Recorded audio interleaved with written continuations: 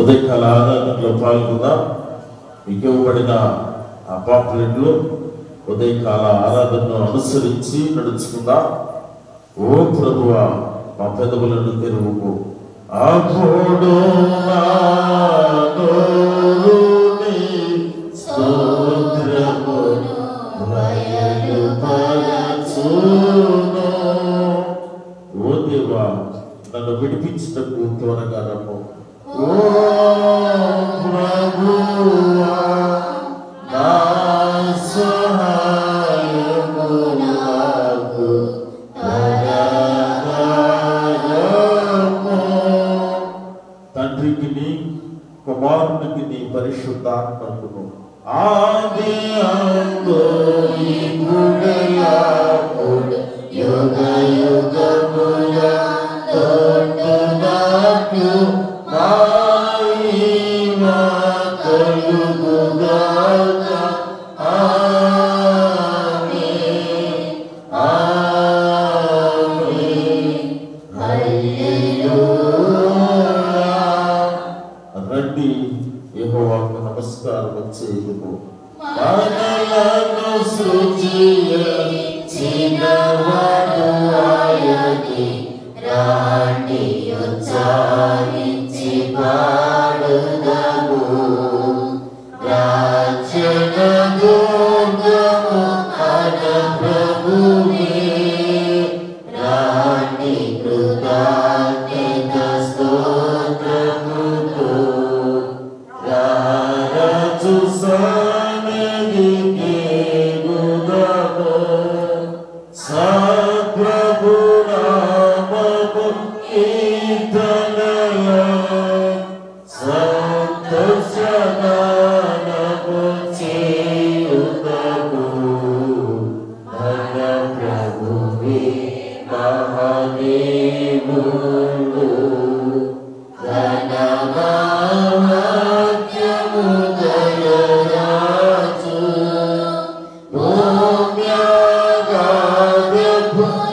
భూమ్యాగాధపులోయలను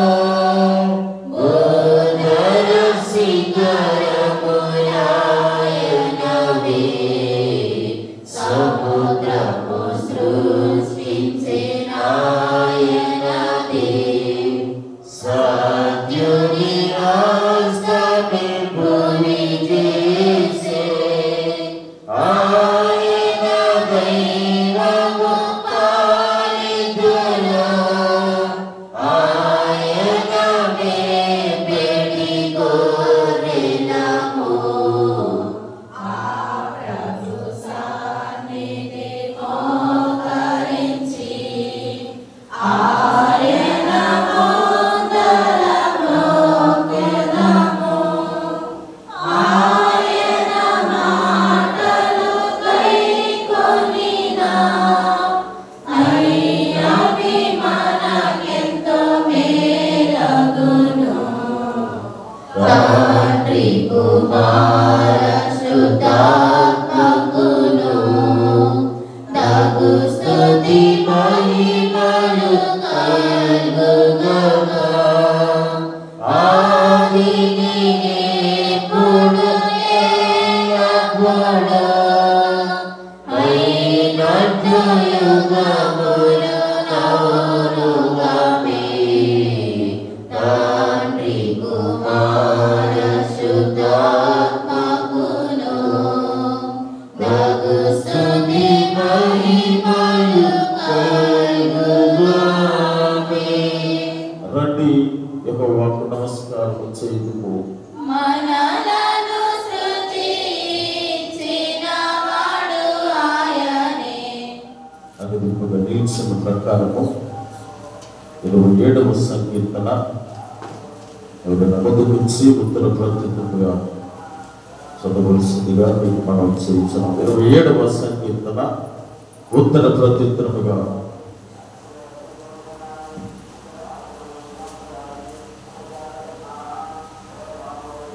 యెహోవా నాకు వెలుగును రక్షణయు నాయనున్నాడు, నేను ఎవరికి భయపడదును? యెహోవా నా ప్రాణదుర్గము, ఎవరికి వెళుదును? నా శరీర మాంసము తినుటకై దుష్టులు నా మీదికి వచ్చినప్పుడు, నన్ను బాధించు శత్రువులు నా మీదికి వచ్చినప్పుడు వారు త్రొట్టిల్లి కూలురి. నాతో యుద్ధము చేయుటకు రండి, దండు దిగినను నా హృదయము భయపడదు. నా మీదికి యుద్ధము రేగినను దీనిలో నేను ధైర్యము విడవకుందును. యెహోవా యొద్ద ఒక వరము అడిగి తిని దానిని నేను వెతుకుచున్నాను. యెహోవా ప్రసన్నతను చూచుటకును ఆయన ఆలయంలో ధ్యానించుటకును నా జీవిత కాలం అంతయు నేను యెహోవా మందిరములో నివసింపగోరుచున్నాను. ఆపత్కాలమున ఆయన తన పర్ణశాలలో నన్ను దాచును, తన గుడారపు మాటున నన్ను దాచును. ఆశ్రయ దుర్గము మీద ఆయన నన్ను ఎక్కించును. ఇప్పుడు నన్ను చుట్టుకొని ఉన్న నా శత్రువుల కంటే ఎత్తుగా నా తల ఎత్తబడును. ఆయన గుడారములలో నేను ఉత్సాహధ్వని చేయుచు బలులు అర్పించెదను.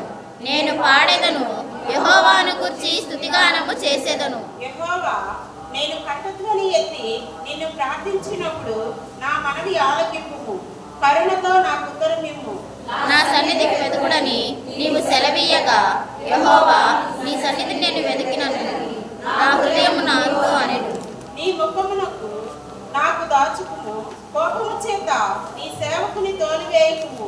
నా సహాయుడవు నీవే, రక్షణకర్తవగు నా దేవా, నన్ను దిగనాడకుము, నన్ను విడవకుము.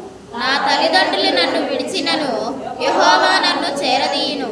యెహోవా, నీ మార్గమును నాకు బోధింపుము.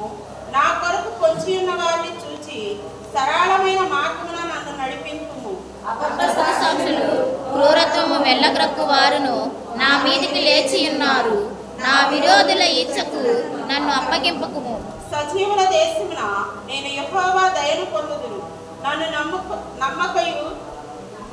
నమ్మకము నాకు లేని ఎడల నేనేమవుదును? యెహోవా కొరకు కనిపెట్టుకొని ఉండుము.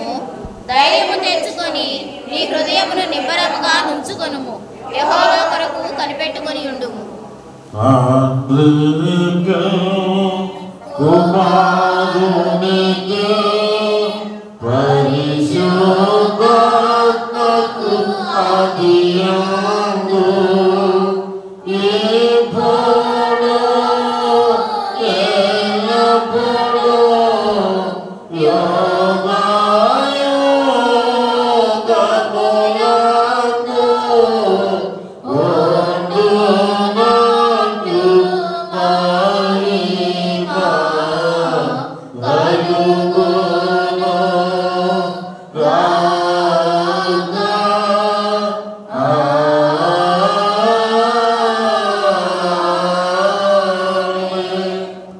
కూర్చునండి. నేటి దినము కొరకు ఏర్పాటు చదివిన పాత నిబంధన పాఠ్యభాగముగా యెషయా గ్రంథము మీకు ఇవ్వబడిన పాంప్లెట్స్లో ఉన్నవి. యెషయా గ్రంథము 43వ అధ్యాయము 19వ వచనాన్ని ఎవరైనా ముందుకొచ్చి చదివి వినిపించవలసిందిగా తెలియపరుస్తూ ఉన్నా.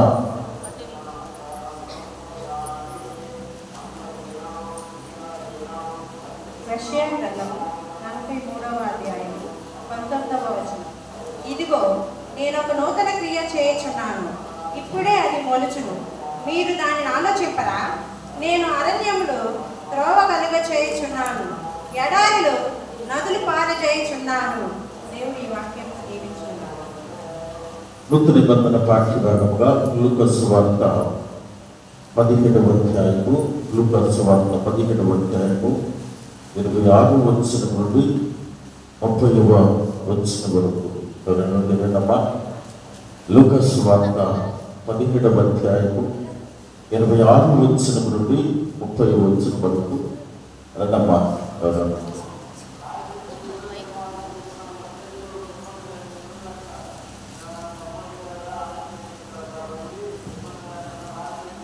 నోవాహు దినములలో జరిగినట్టు మనుష్య కుమారుని దినములలోనూ జరుగును.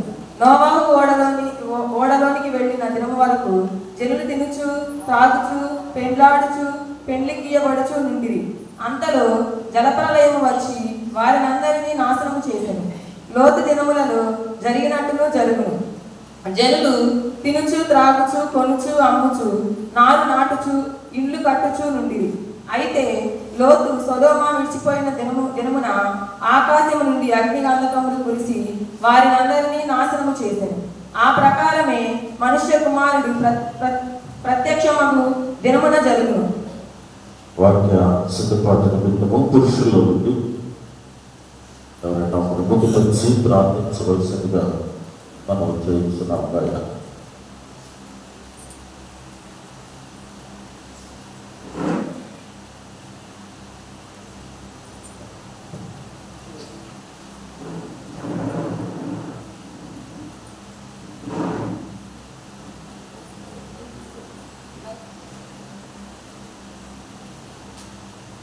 మరి ఈ క్రిస్మస్ దినములలో దేవుడు గత సంవత్సరం అంతా కూడా మరి కుటుంబాలన్నిటిని కూడా మనల్ని దీవించి కాచి కాపాడి ఆయన సజీవ లెక్కలో మనల్ని గుర్తెరిగినందుకు సంఘం అంతటికి మరి క్రిస్మస్ శుభాకాంక్షలు తెలియజేస్తూ మీ అందరికీ వందనాలు తెలియపరుచుకుంటున్నాను. అందరూ కూడా ప్రార్థనలో మరి ఈ సంవత్సరం అంతా కూడా ఆశీర్వదించాడు. మరి ఈ సంవత్సరం కూడా గత సంవత్సరం ఆశీర్వదించాడు, ఈ సంవత్సరం కూడా మనల్ని ఆశీర్వదించేటట్టుగా అందరం ప్రార్థన చేసుకోండి.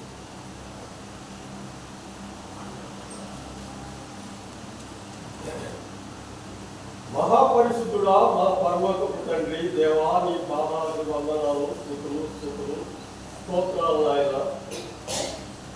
అయా గడిచిన సంవత్సరం అంతా కూడా నాయన నీ చల్లని రెక్కల నీడన మమ్మల్ని భద్రపరిచి కాసి కాపాడి నీ సజీవ లెక్కలో మమ్మల్ని అందరినీ గుర్తెరిగి ఉన్నందుకు నీకు వందనాలు, స్తుతులు స్తోత్రాలు.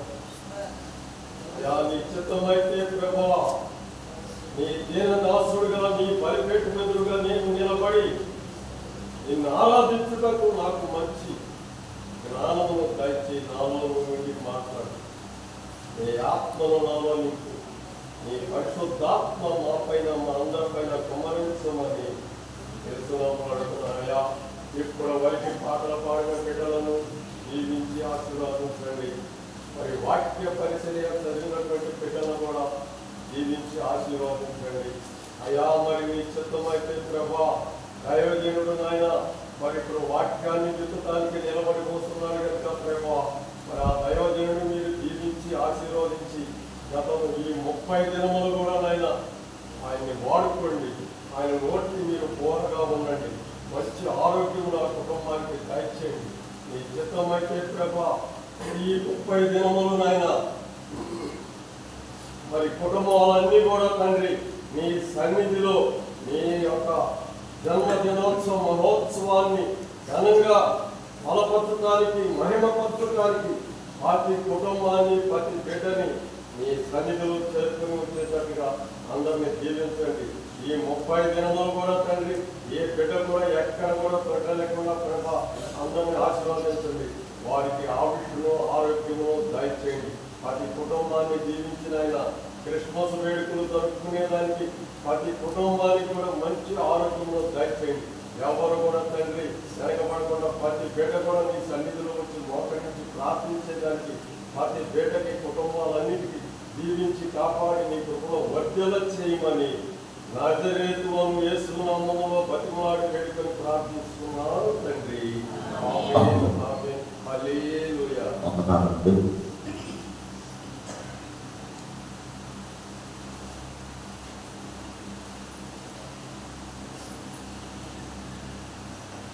ఉదయకాల ఆరాధనకు చేరి వచ్చిన మీ అందరూ కూడా ప్రభువైన యేసుక్రీస్తు నామములో ఈ ఉదయకాల శుభాలను తెలియపరుస్తూ ఉన్నాను. ఈ దినమున చదవబడిన లేఖన భాగములు పాపములో నుండి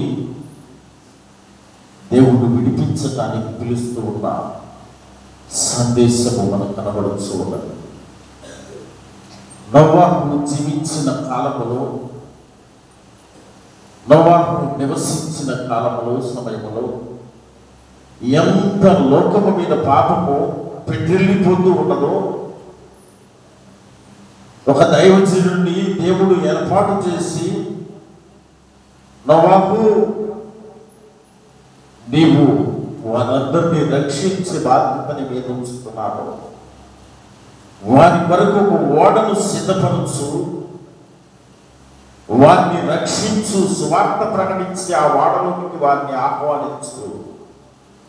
తద్వారా ఆ ఉగ్రత నుండి, ఆ పెను తుఫాను నుండి, ఆ భయంకరమైనటువంటి ప్రళయం నుండి వారిని తప్పించబడినది అని దేవుడి మాట నోవాహుతో ఏర్పాటు చేసింది. సొదొమ గొమొర్రా పట్టణాన్ని కూడా దేవుడు పాపముతో నిండుకొని ఉండటాన్ని బట్టి ఆ పట్టణాన్ని నాశనం చేయాలని దేవుడు చూశాడు. దాంట్లో ఆ పట్టణంలో ఒక వ్యక్తి, నీతిమంతుడు ఒక వ్యక్తి నివసించడం బట్టి ఆ నీతిమంతుడిని ఆ పట్టణం నుండి వెలుపలికి తీసుకొచ్చిన తర్వాత ఆ పట్టణాన్ని పొద్దున్నే లేచి ఉంచారు. నిన్న ఉదయం లేచా 5 గంటలకి, ఇప్పుడు దాకా పడుకోలా, నాకు మీకంటే ఎక్కువ నిద్ర వస్తున్నది, కానీ కొద్దిగా మాట్లాడుతూ యాక్టివ్గా ఉంటే ఆ నిద్ర మనకు దూరమై ఆ సొదొమ గొమొర్రా పట్టణం నుండి లోతును బయటికి తీసుకొచ్చిన తర్వాత ఆ పట్టణమంతా దేవుడు నాశనం చేశాడు. అగ్ని గంధకముల చేత తగలమైపడింది ఆ పట్టణము. కారణము పాపం అంటే దేవునికి అంత చిరాకు, అసహ్యము పుట్టిస్తూ ఉంటుంది. అందుకనే ఈ అడ్వాంట్ ఫేవర్లోనికి మనం ప్రవేశింపజేస్తూ ఉన్నాడు దేవుడు. ఈ దినము నుండి మనం అడ్వాంట్లోనికి ప్రవేశించాము. అడ్వాంట్ అనగా ఆయన రాకడ సమీపముగా ఉన్నది. ఆయన ఈ సమయంలోనే యేసు ప్రభువు ఈ లోకంలోనికి వచ్చాడు. ఆయన మరి అయినటువంటి కన్యక మరి గర్భము నుండి ఈ లోకంలోనికి జన్మించిన విధానము, ఆయన భూమి మీద 33 సంవత్సరములు జీవించి అనేక మందిని ఆయన మార్గం వైపు నడిపించి చివరకు ఆయన శిలువలో మరణించి మరలా ఆయన వెళ్ళిపోయాడు. మరలా ఒక దినాన నేను తిరిగి వస్తాను, మిమ్మల్ని అందరినీ తీసుకువెళ్తానని ఆయన ఒక వాగ్దానం చేసి వెళ్ళాడు. ఆ వాగ్దానము ఈ ఆగమన కాలంలోనే, ఈ అటువంటి కాలంలోనే అని ఎదురు చూసేటువంటి ప్రక్రియ. నిన్నటి ఆదివారం మనకు సిద్ధపాటు, రాకడ మనకు సిద్ధపాటు కలిగి ఉండటాన్ని మనం విని ఉన్నాం. ఈ దినము నుండి క్రీస్తు వచ్చేటువంటి సమయం ఆసన్నమైనది.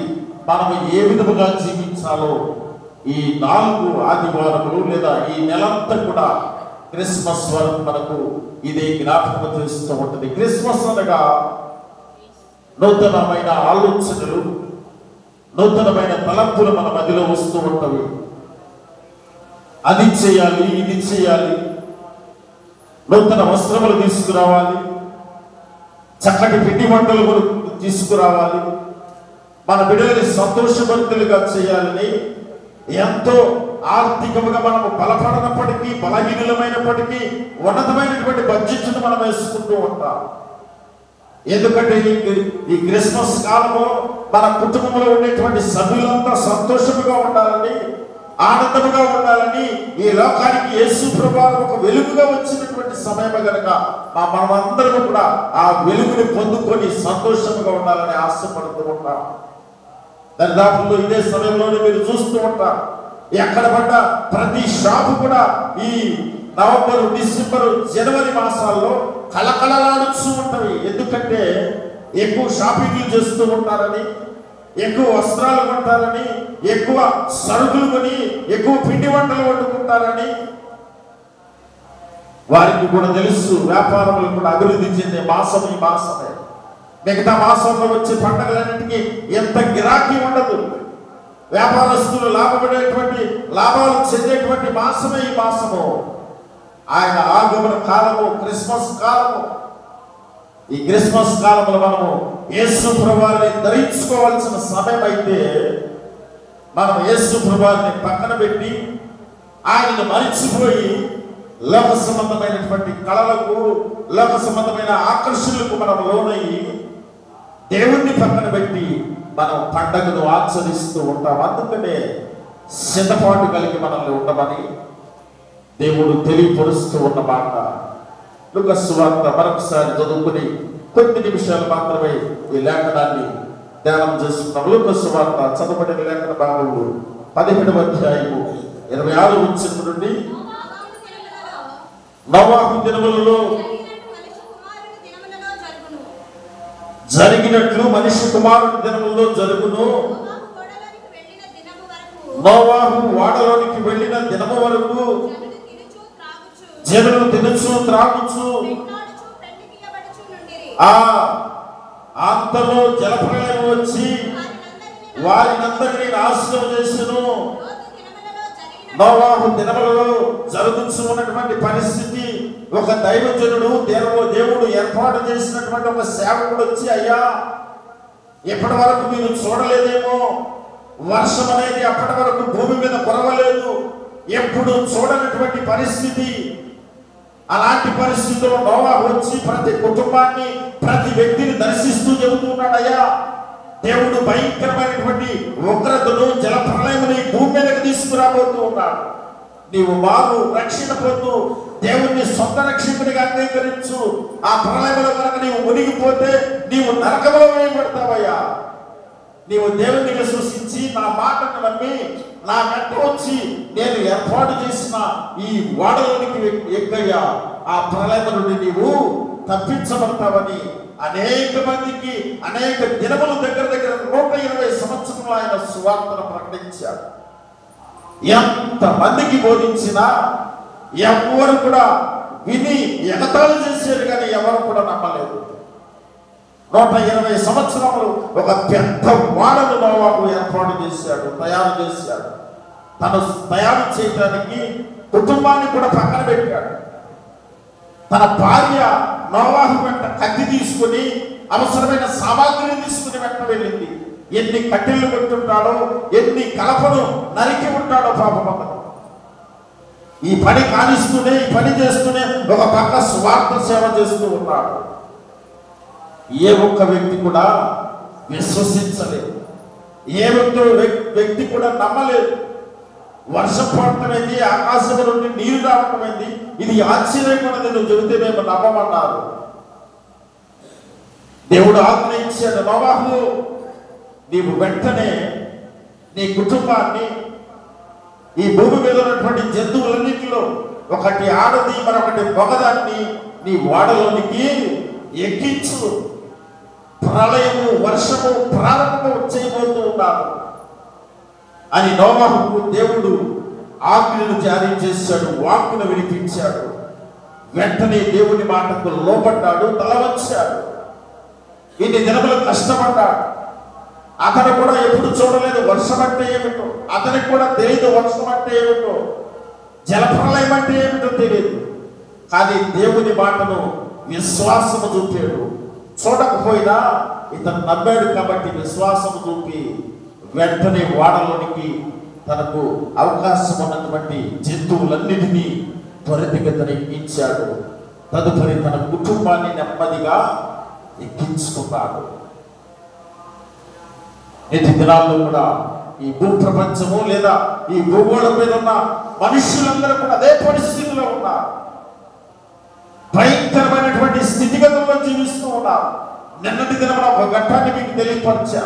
ప్రాణానికి ప్రాణంగా ప్రేమించుకున్నటువంటి ఇద్దరు యవనస్తులు భార్యాభర్తలుగా మార్చబడి భర్తే భార్యను మిక్సీలో వేసి గ్రైండ్ చేసినటువంటి పరిస్థితి, మషాలను చేసినట్లు చేశాడు. ఐర్లాండ్ దేశంలో మానవుని స్థితిగతి, మైండ్, తన తెలివితేటలు, తనకిచ్చిన జ్ఞానము ఏ విధంగా పోల్చుకున్నదో ఆ సన్నివేశాన్ని, ఆ వీడియోను లేదా వార్తలు మనం చదువుతుంటేనే ఒళ్ళు పులకరించిపోతూ ఉన్నది. మన బిడ్డలను మనకు కొట్టాలంటేనే లేదా మన పక్కన ఉన్న వాళ్ళని తిట్టాలంటేనే మనకు భయం వేసింది, ఒక పక్క బాధ వేసింది, కొన్నిసార్లు జాలేసింది. అయ్యో ఎందుకు నేను తిట్టాను, ఎందుకు నేను అరిశానని అనిపించేటువంటి పరిస్థితి మనది.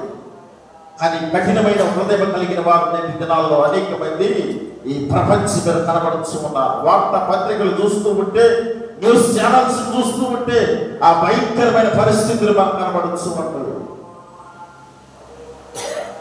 దేవుని మాటకు విధేయత చూపి నోవాహు తన కుటుంబాన్ని, జంతువులను, పక్షులను, ఆకాశంలో ఉన్న పక్షులన్నింటినీ కూడా చక్కగా ఓడలోనికి ప్రవేశింపజేసుకున్నాడు. తదుపరి తలుపును దగ్గరికి వేశాడు. దేవుడు నోవాహుతో స్వరముతో మాట్లాడాడు.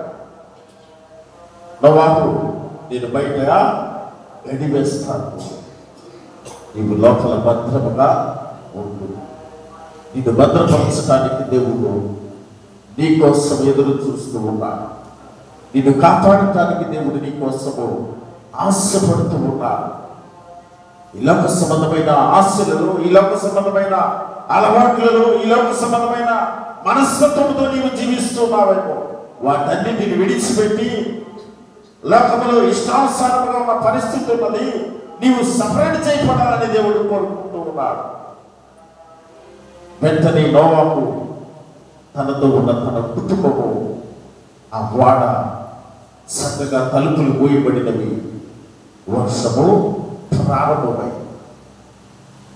ప్రారంభమైన వెంటనే నీరు పెరగడం ప్రారంభించింది. 40 పగళ్ళు 40 రాత్రులు విస్తారముగా వర్షము కురిసినది. మనుషులు అప్పుడు వారి కన్నులు తెరవబడ్డరు, కానీ సమయము అయిపోయింది. నీకు ఇచ్చిన ఆయుష్ అయిపోయినది, నీకు ఇచ్చిన ఆరోగ్యము అయిపోయినది. దేవుడు చెప్పినప్పుడు వినకుండా, దేవుని సేవకుని ద్వారా స్వార్థ ప్రకటించినప్పుడు వినకుండా ఉన్నటువంటి నీ అసమర్థత నీ మరణానికి దారి తీసింది. దేవుడు ఎన్నోసార్లు ఎంతోమంది స్వార్థుల ద్వారా తన స్వార్థను ప్రకటించు ఉంటారు. కొన్నిసార్లు మనం ఆ మాటలు అవహేళనగా తీసుకొని మన మీదకే ఆ మాటలు మన మరణమును తెచ్చే విధంగా మనం చేసుకుంటూ ఉంటాం.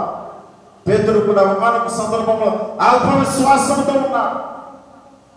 నేను కూడా నడుస్తానయ్యా, నడువు పేతురు, నేను నడిచాను, నీకేమైతే నడువు, నేను ఉండాలన్నాడు.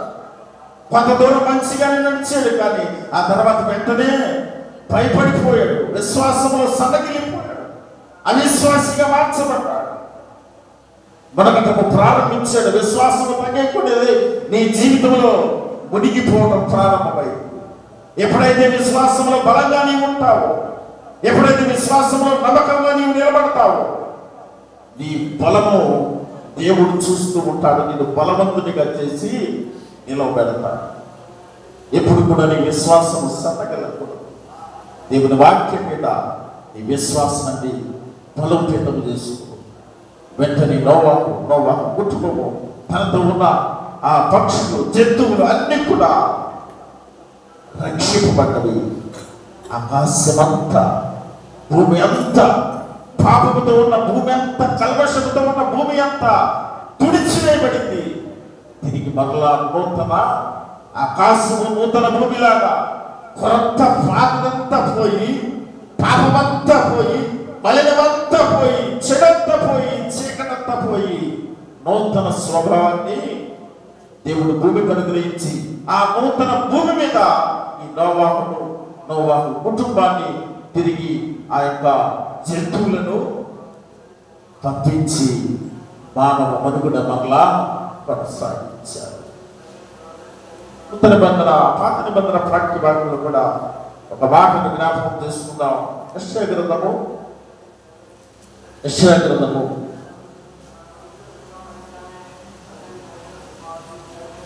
43వ అధ్యాయము, యెషయా గ్రంథము 43వ అధ్యాయం చదవబడిన ఆ మాట చదవండమ్మా. 19వ వచనము,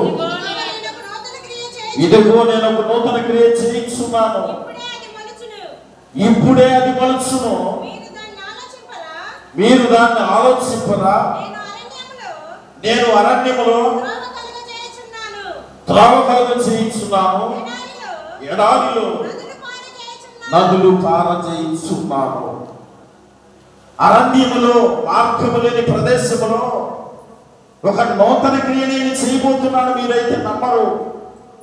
ఎడారి ప్రాంతము, ఎడారి ప్రాంతంలో ఇసుక తప్ప నీటికి ఎక్కడ కూడా తాను అలాంటి ప్రదేశంలో కూడా నేను నదీ జలాలను ప్రవహింపజేయించు ఉన్నాను. ఇది ఒక నూతన క్రియ, నూతన సూచక క్రియగా చేయటానికి నీ జీవితంలో నేను ముందుకు వస్తూ ఉన్నాను. ఇశ్రాయేలు జీవితంలో దేవుడు చేసిన వాగ్దానం ఇది. ఇశ్రాయేలుకి సూటిగా చెప్తున్న మాట ఇది. వారిని 40 సంవత్సరములు అరణ్యములు నడిపించిన దేవుడు, ఏ కొరత లేకుండా నడిపించిన దేవుడు, సమృద్ధిని విస్తారతను వారికి అనుగ్రహించినటువంటి దేవుడు, నీ నా జీవితంలో కూడా విస్తారతను అనుగ్రహించడానికి దేవుడు ఆశపడి ఉన్నాడు, ఆశలు కలిగి ఉన్నాడు. కానీ నీవు ఆయన బిడ్డగా ఆయన దగ్గరకు కనుక రాగలిగితే సొదొమ గొమొర్రా పట్టణం నుండి లోతుని ఏ విధముగా బయటకు తీసుకొచ్చిన తర్వాత ఆ పట్టణాన్ని కాల్చివేశాడు. నీవు కూడా నీ విశ్వాసాన్ని బలపరుచుకొని నీ విశ్వాసాన్ని పెంపొందించుకుంటే నిన్ను ఆపద నుండి బయటికి తప్పించిన తర్వాత ఒకవేళ ఆపద జరగవలసి వస్తే ఆ ప్రదేశంలో ఆపద జరిగిందేమో, కానీ ఆ ప్రదేశంలో నీవున్నంతసేపు మాత్రం ఆపద జరగకుండా ఇది క్షేమానికి చేర్చుడు నీ నా దేవుడు, మనందరి దేవుడు, సర్వశక్తిమంతుడు, నీ కొరకు నా కొరకు ఆశతో ఇది చూస్తూ ఉన్నటువంటి దేవుడు. మనల్ని భద్రపరచడానికి ఆయన ఈ లోకానికి వచ్చారు. మరలా మనకి క్షేమాన్ని అనుగ్రహించి మనల్ని ఆయనతో పాటు తీసుకువెళ్ళడానికి మరలా తిరిగి రానైనటువంటి దేవుడు. ఈ అటువంటి ఈ ఫేవర్,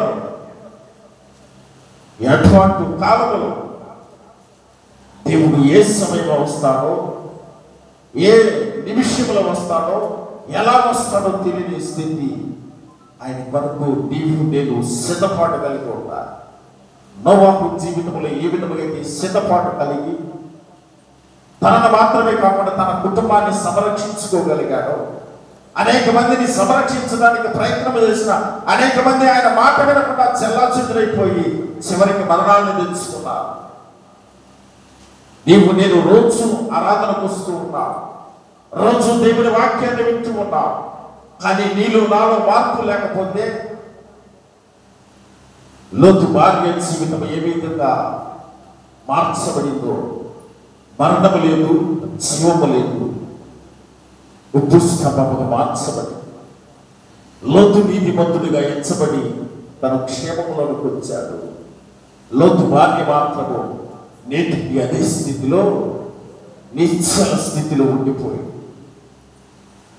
ఆ ప్రదేశానికి నేటికి కూడా ఎవరైనా వెళితే చూడటానికి దేవుడు ఆమె జీవితాన్ని ఏ విధంగా చేశాడంటే, ఆ ఉప్పు స్తంభాన్ని అందరూ అంటారు కదా, బైబిల్ గ్రంథంలో ఉంది కదా ఉప్పు స్తంభం అని. ఇది ఎంత రుచిగా ఉంటుందో, ఉప్పా కాదా, ఒకవేళ రాయ అనుకొని అక్కడ ఉన్నటువంటి వెళ్ళినటువంటి ప్రతి వ్యక్తి ఆ ఉప్పు నిండా తాకి నాలుగు మీద పెట్టుకొని ఆ వచ్చేటువంటి ఉప్పుదనానికి కాండ్రించి మరలా ఆ ఉప్పు స్తంభం మీద వేస్తారు. కారణము దేవునికి విధేయత చూపకుండా లోతు భార్య జీవించింది. అందుకని బైబిల్ గ్రంథంలో లోతు భార్య పేరు రాయడానికి దేవుడు ఇష్టపడాల. దేవుడికి కోపం వచ్చింది. ఒక నీతిమంతుని భార్య ఏ విధముగా ఉండాలి, నీవు లోకము వైపు చూసి చెడిపోయావు, నీ జీవితమును ఉప్పు స్తంభముగా మారుస్తున్నా. నీ స్థితి నిలకడలేని స్థితి, నీ స్థితి నిశ్చలమైన స్థితిలో ఉండాలి. నిన్ను ప్రతి ఒక్కరూ చేదరించుకోవాలి, అసహించుకోవాలని నేటికి ఆమె జీవితాన్ని అదే మాదిరిగా ఉంచాడు దేవుడు. నిన్ను నన్ను మాత్రము నోవాహును రక్షించినట్లు, లోతును రక్షించినట్లు రక్షించటానికి ఆశగా ఎదురు చూస్తూ ఈ అడ్వాంట్లోనికి నిన్ను నన్ను ఆహ్వానిస్తూ ఉన్నాడు. ఈ అడ్వాంట్ కాలంలో క్రిస్మస్ దినానికి దేవుడు మనల్ని ప్రవేశింపజేశాడు. ఈ సంతోషకరమైన పండుగను ఆయన్ను పక్కన పెట్టి మనము సంతోషంగా చేసుకోవటం కాదు. క్రిస్మస్ అంటే క్రీస్తును ధరించుకోవడం, క్రీస్తుని నీ హృదయంలోనికి ఆహ్వానించుకోవడం, ఆయనను నీ హృదయంలోనికి ఆహ్వానించుకో. ఆయన కుమారుడిగా, ఆయన కుమార్తెగా నీ జీవితాన్ని ముందుకు కొనసాగించు. నోవాహు కుటుంబాన్ని రక్షించిన దేవుడు, లోతుని రక్షించిన దేవుడు నిన్ను, నన్ను, మనందరినీ కూడా రక్షించడానికి సిద్ధముగా ఉన్నాడు. అలాంటి రక్షణ భాగ్యముడు దేవుడు నీకు, నాకు, మనందరికీ అనుగ్రహించి నడిపించుగాక. అలాంటి పరిశుద్ధాత్మ సహవాసము దేవుడు మనందరికీ ఎల్లవేళ అనుగ్రహించుగాక. తల్లవచ్చని చిన్న ప్రార్థన చేసుకుందాం. పరిశుద్ధుడైన దేవా, మీద వాక్యములు అందరి హృదయంలో నీరు కట్టి ఫలింపచేయండి.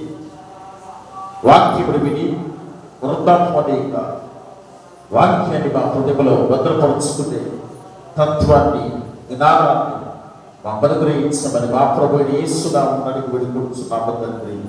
ఆమె చిన్న ప్రార్థనలు ఉన్నవి. రాత్రి నేను దినపడ ఎవరి బిడ్డలు